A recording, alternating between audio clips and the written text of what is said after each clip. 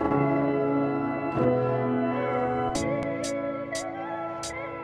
name's Dan Herrera. I'm a photographer from Sacramento. I work in a process that combines commercial lighting techniques and post-production, and I combine that with historical printing process. So how I started was I wanted to be able to show people the images that I see in my head and really just make cool looking images.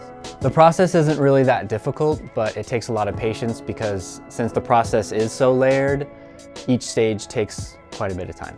With my current work, Vaudeville, it's a series of elaborate tableaus where I combine props and actors who are dressed up, along with some theatrical lighting and some miniature dioramas.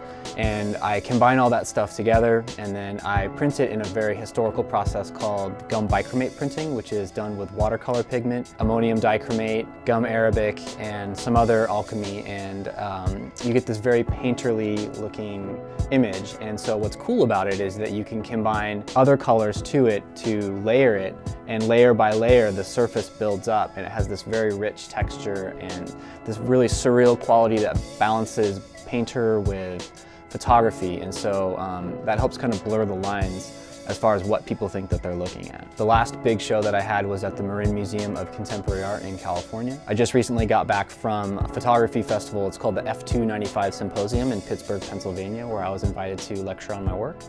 I have a show coming up in North Carolina, and I'm also going to be part of a group show at Cal Poly San Luis Obispo. So photography and photographs in general have been historically linked to the technology that is relevant at the time.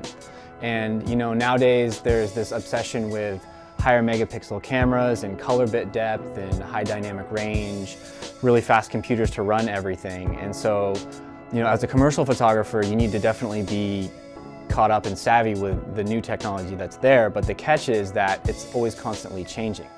If the work is too caught up in the technology, then it's going to be a losing game because you're always going to be playing catch up. I think that what makes me different is I'm seeking to merge historical printing with modern day imagery, and so the images themselves have this very historic, timeless look to it. I'm just looking to express myself and make images that people can connect with.